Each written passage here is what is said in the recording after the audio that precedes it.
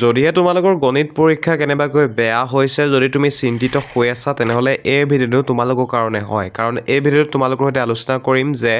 যদি তোমালোকৰ পৰীক্ষা কেনেবাকৈ বেয়া হৈছে তেনেহ'লে কিবা মাৰ্কছ দিব নেকি এক্সট্ৰাকৈ সো পোনপ্ৰথমতে চোৱা হোম স্ক্ৰীনত এখন হৈছে এখন মাৰ্কশ্বিট আৰু এই মাৰ্কশ্বিটখনৰ যদি তোমালোকে মন কৰা তেনেহ'লে দেখিবা যে দুটা বিষয়ত প্ৰথমটো বিষয় হৈছে ইংৰাজী বিষয় আৰু দ্বিতীয়টো বিষয় হৈছে গণিত বিষয় তেওঁ ভাগৰ বেয়া হৈছে এই ছাত্ৰজনৰ বেয়া হৈছে গতিকে তেওঁক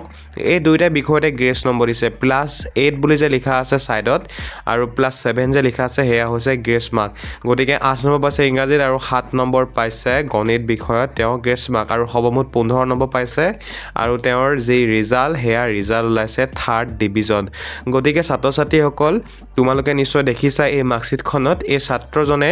দুটা বিষয়ত বেয়া কৰিছে যদিও তেওঁ গ্ৰেছ নম্বৰ দিছে আৰু গ্ৰেছ নম্বৰ দি পিনি উত্তীৰ্ণ কৰাই দিছে ঠিক তেনেদৰে অন্য এখন মাৰ্কশ্বিট চোৱা তোমালোকে এই ছাত্ৰজনে ইংৰাজী আৰু গণিত বিষয়ত বেয়া কৰিছে যদিও তেওঁ মেট্ৰিক পৰীক্ষাত পাছ কৰিছে 2nd ডিভিজন লৈ পিনি গতিকে চোৱা ইংৰাজীত তেওঁ 9 নম্বৰ লাভ কৰিছে আৰু 6 নম্বৰ লাভ কৰিছে গণিতত সৰ্বমুঠ তেওঁ 15 নম্বৰ লাভ কৰিছে আৰু ৰিজাল্ট 2nd অৰ্থাৎ 2nd ডিভিজন লাভ কৰিছে তেওঁ মেট্ৰিকত আৰু তেনেদৰে অন্যখন চোৱা এই ছাত্ৰজনে ইংৰাজী আৰু গণিত বেয়া কৰিছে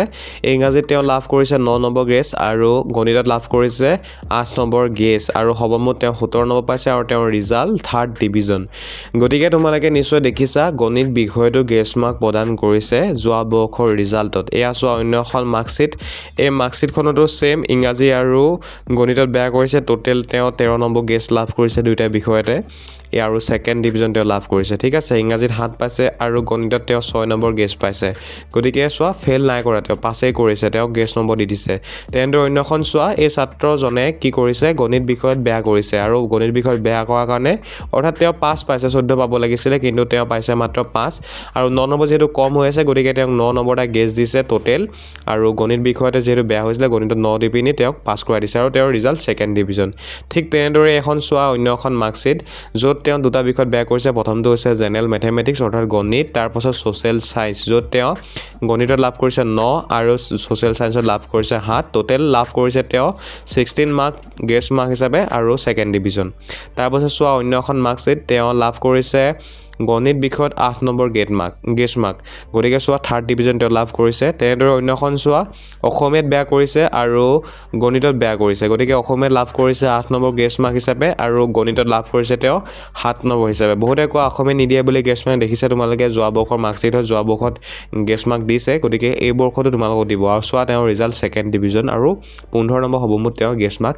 লাভ কৰিছে ভিডিঅ'টোৰ মাজতে তোমালোকক মই ক'ব বিচাৰিছোঁ ভিডিঅ'টো তোমালোকৰ কাৰণে উপস্থাপন কৰা হৈছে গতিকে আশা কৰিম তোমালোকে যদি চেনেলটো সাবস্ক্ৰাইব নাই কৰা নিশ্চয় চেনেলটো সাবস্ক্ৰাইব কৰি ল'বা কাৰণ আমি 1 লাখ সাবস্ক্ৰাইবাৰ অতি ওচৰতে আছো গতিকে এতিয়া প্ৰশ্ন হৈছে যদিহে তোমালোকৰ কেনেবাকৈ গণিত বিষয় পৰীক্ষা বেয়া হৈছে তেনেহ'লে তোমালোকক গ্ৰেছ নম্বৰ দিবনে নিদিয়ে তেনেহ'লে স্পষ্টভাৱে ক'ব বিচাৰিছোঁ ছাত্ৰ-ছাত্ৰীসকল 2021 চনৰ পৰা মই ৰিজাল্ট চাই আহিছোঁ প্ৰত্যেক বছৰে বহুতে কয় যে ৰিজাল্টত গ্ৰেছ মাৰ্ক নিদিয়ে বুলি কিন্তু প্ৰত্যেক বছৰে গ্ৰেছ মাৰ্ক দিয়ে আৰু যিখিনি তোমালোকক মই মাৰ্কশ্বিট দেখালোঁ সেইখিনি হৈছে 2025 চনৰ হয় আৰু 2025 চনত মই দেখিবৰ কাৰণে পাইছোঁ যে গণিত বিষয়ত এজন ছাত্ৰ বা ছাত্ৰীয়ে যদিহে থিয়ৰিত কেনেবাকৈ বেয়া কৰিছে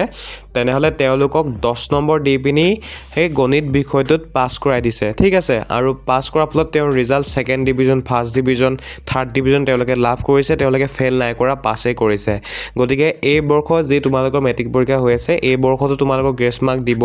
আৰু যিসকলে চিন্তা কৰি আছে তোমালোকে চিন্তা নকৰিবা যিকেইটা তোমালোকৰ নেক্সট এক্সাম আছে সেইকেইটা গুৰুত্ব দিয়া তোমালোকক প্ৰুফ হিচাপে মই মাৰ্কশ্বিট কেইখনমান দেখাই দিলোঁ তোমালোকে নিশ্চয় দেখিলা সেই মাৰ্কশ্বিটসমূহ গ্ৰেছ মাৰ্ক দিছে গতিকে এই বৰ্ষতো তোমালোকক গ্ৰেছ মাৰ্ক 100% দিব ঠিক আছে আৰু বহুতে গ্ৰেছ মাৰ্ক নোলোৱাকৈ পাছ কৰি যাবা এনেই তোমালোকে চিন্তা কৰিছা যিহেতু বৰ্তমানলৈকে ৰিজাল্ট দিয়া নাই তোমালোকৰ গতিকে ৰিজাল্ট নিদিয়া বস্তুটোৰ ওপৰত ইমান চিন্তা কৰি কি লাভ আছে তোমালোকে নিজে ভাবি চোৱা নিজক সোধা ঠিক আছে গতিকে সিমান টেনশ্যন তোমালোকে নল'বা যিবোৰ এক্সাম বাকী আছে নেক্সট সেইকেইটাৰ ওপৰত গুৰুত্ব দিয়ে সেইকেইটা ভালকৈ দিবৰ কাৰণে চেষ্টা কৰা যদিহে তোমালোকে আজি পৰীক্ষাটোত একোকে নিলিখিলা অৰ্থাৎ একো নিলিখিলা শূন্য পাবা তোমালোকে যদি চিন্তা কৰিছা তেনেহ'লে তোমালোকক জনাব বিচাৰিছোঁ তোমালোকে চিন্তা কৰাৰ প্ৰয়োজন নাই কাৰণ সেৱা বোৰ্ডে কম্পাৰ্টমেণ্টেল এক্সাম অনুষ্ঠিত কৰে মেট্ৰিক পৰীক্ষা শেষ হোৱাৰ পাছতে সেই পৰীক্ষাটো দি পিনি তোমালোকে মেট্ৰিকত উত্তীৰ্ণ হ'ব পাৰিবা গতিকে তোমালোকৰ এতিয়া মূল কৰ্তব্য হৈছে যিকেইটা এক্সাম বাকী আছে লাগিলে এটাই হওক দুটাই হওক সেইকেইটা ভালকৈ পঢ়াটো আৰু পঢ়ি পিনি ভালকৈ পৰীক্ষাটোত সেই সাবজেক্ট মাৰ্কছ অনাটো তোমালোকৰ এতিয়া দায়িত্ব বা তোমালোকৰ কৰ্তব্য গতিকে গণিত যিয়ে নহওক কিয় তাৰ কথা পাহৰি যোৱা তোমালোকে নেক্সট এক্সামকেইটা ভালকৈ দিয়া আৰু অলৰেডি মই জনালোৱে তোমালোকক যদি একেবাৰে বেয়া হৈছে 0 পাম বুলি ভাবিছা তেনেহ'লে তোমালোকে কম্পাৰ্টমেণ্টেল এক্সাম দি পিনি মেট্ৰিক পৰীক্ষাত উত্তীৰ্ণ হ'ব পাৰা গতিকে ছাত্ৰ ছাত্ৰীসকল মোৰ ভইচ ডাবিং ইমানতে সমাপ্ত কৰিছোঁ আশা কৰিছোঁ ভিডিঅ'টোৰ পৰা তোমালোকে অলপমান উপকৃত হৈছা যদিহে উপকৃত হৈছা নিশ্চয় এটা লাইক কৰি দিবা আৰু যদি চেনেলটো বৰ্তমানলৈকে ছাবস্ক্ৰাইব নাই কৰা নিশ্চয় চেনেলটো ছাবস্ক্ৰাইব কৰি ল'বা কাৰণ এই চেনেলত তোমালোকৰ দৰকাৰী হোৱা ভিডিঅ' পাই থাকিবা আৰু 1 লাখ ছাবস্ক্ৰাইবাৰ আমি অতি ওচৰতে আছোঁ গতিকে নিশ্চয় ছাবস্ক্ৰাইব কৰিবা বুলি আশা কৰিলোঁ ভিডিঅ' চোৱাৰ কাৰণে ধন্যবাদ জয় অসম